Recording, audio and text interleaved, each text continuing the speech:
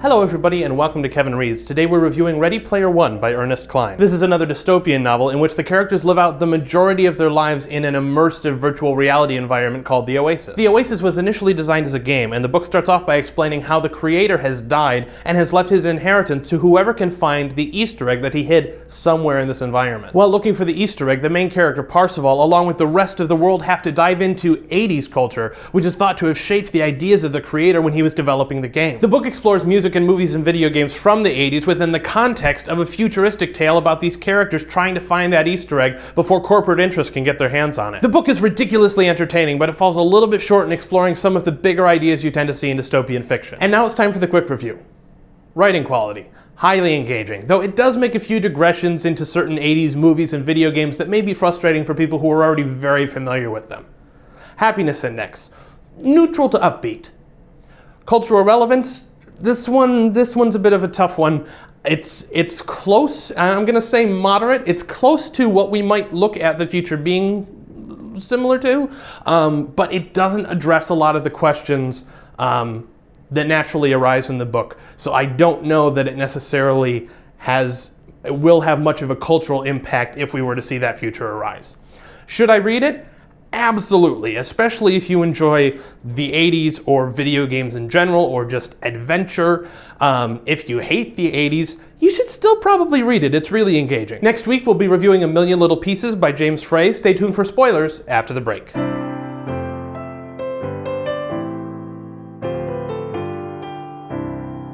Let's start with the technology component. I have to say, I think Ernest Cline got this part down really well. First off, just looking at the interface, the whole emphasis on haptic technology. They talk about the haptic gloves. This is something that's really starting to take off. If you look at the Consumer Electronics Show from this year, one of the things to come out of there was a tablet device that could actually raise the glass to mimic keys whenever the keyboard came up, and then they would fall back flat into the glass to provide the user with some sort of sense of stimulation.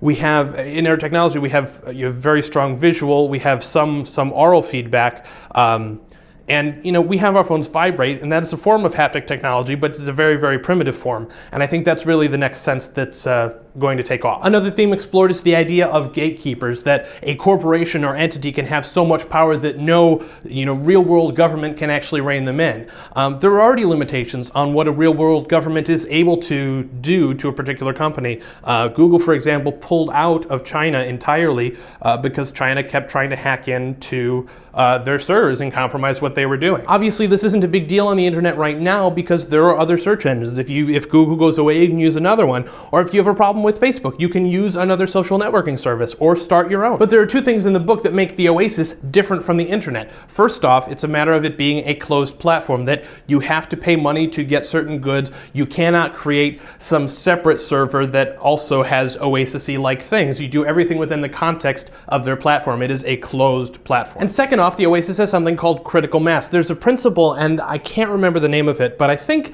it was widely kind of distributed when fax machines were first being released. If you imagine the first person to buy a fax machine, it has no value to them. The second person to buy a fax machine has value because you can send something to the first person. The third person gets even more value, and by the time the fourth and fifth and etc. But not only does the new person buying a fax machine get value, but the previous people who all have purchased fax machines in the past, their fax machine is now more valuable because they're able to communicate with this additional person. And this leads us to that idea of critical mass. When MySpace was hugely popular, the value to having a MySpace account was amplified by the fact that all of your friends were on there and you could interact with them. When everyone moved over to Facebook, even though MySpace hadn't changed at all, the value of you having an account there diminished drastically. So in the book, there's huge incentive to build things on top of the Oasis, because if you built your not ASIS, it would have no value until a few people started using it. You'd have to get everyone to switch over and start an account there for it to even begin to be a competitor. And this is something we have to look out for as companies like Facebook and Twitter start to limit the amount of information that can be shared between different services. Now, the next item I want to talk about is digital immigration. Now, I come at this from a weird perspective. I fall asleep with my iPad right next to my head. I listen to audiobooks and fall asleep to that. And when I wake up, the first thing I do is check my iPad for emails and updates and what have you. And because I work in technology, when I get up and I go to work, I get up and I go and I sit down at a computer and I live in that space until I'm done with work. I come home unless I'm working remotely, and I get on the computer and continue to live my life that way.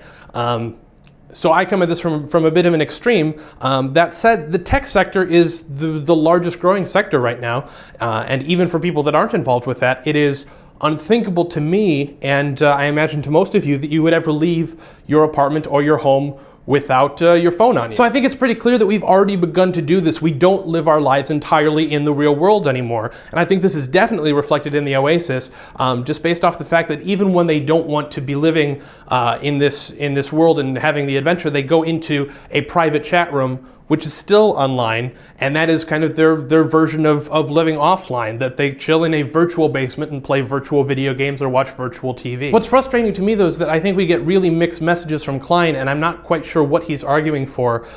He starts off by describing the stacks and just the depravity and how the world has turned into this real desert and horrible place. Which makes you think that he's talking about just how terrible it is that we've become lost and trapped in this immersive environment. But then he spends the whole rest of the book talking about what a fulfilling and exciting place it is, and he makes a very, very good case for it. And then at the very end of the book, he has the line by Holiday saying, get out of the real world. And then, at the very end of the book, he says, the character says, okay, well, I don't want to log back in right now.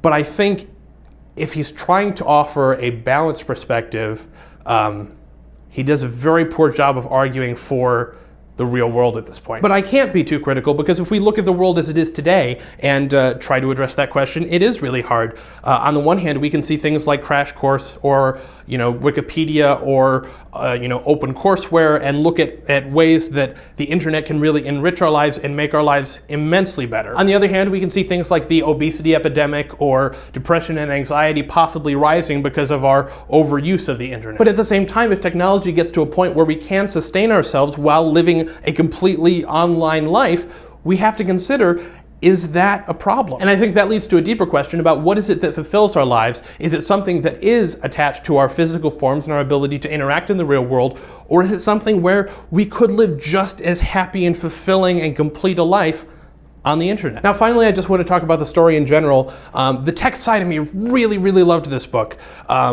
The literary side of me had a few problems, and it took me actually a few days to even realize that I had some frustrations. So ultimately in science fiction, there is a presumption of a degree of realism, or at least an attempt of it, and I don't think that this book did a fantastic job of that. I think ultimately the whole Easter egg story was just a little bit too fanciful and intense to be believable.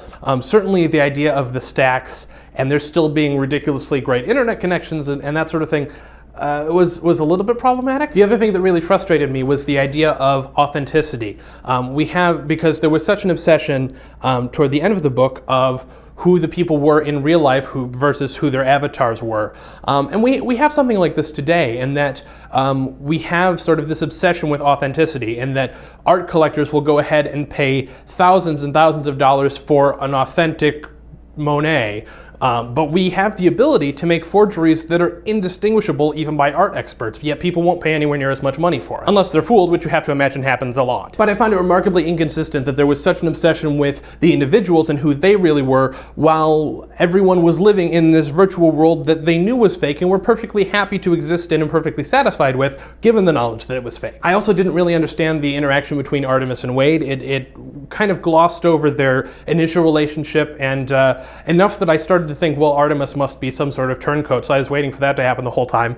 And then she had really this terrible attitude toward him for really the whole rest of the story until the very end, and so I didn't think that was developed particularly well. Which would have been fine if Klein wanted to investigate the dichotomy of how we reconcile who we are versus who we present ourselves to be, but I don't think that he delved into it enough to really justify that weirdness. Ultimately, though, the book was really entertaining. I love that it started to get me to think about where technology was going, or digital immigration, or this whole idea of authenticity, but I don't think that it delved deep enough into any of these.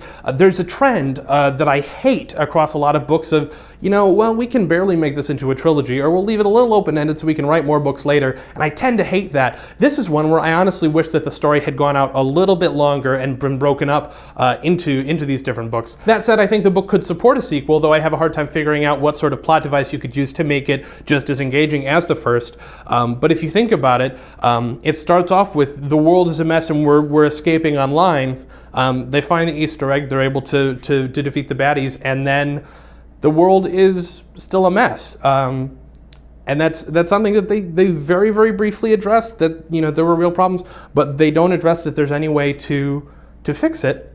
And so it's a bit of a hollow victory when you think about it. But I think that when I first read it, I was overcome with just how exciting the adventure itself was. But what value is there to finding the Easter egg and now having control over the Oasis if it really does nothing to fix the real world problems? So that's my review. If you liked the book, I'm going to recommend that you read Snow Crash by Neal Stephenson. Let me know what you thought of the book, or just what you thought of the review, down in the comments. And as always, if you'd like to see something reviewed on this channel, don't hesitate to let me know. Next week, we're reviewing A Million Little Pieces by James Frey. Have an awesome week, and I will see you with A Million Little Pieces on Sunday.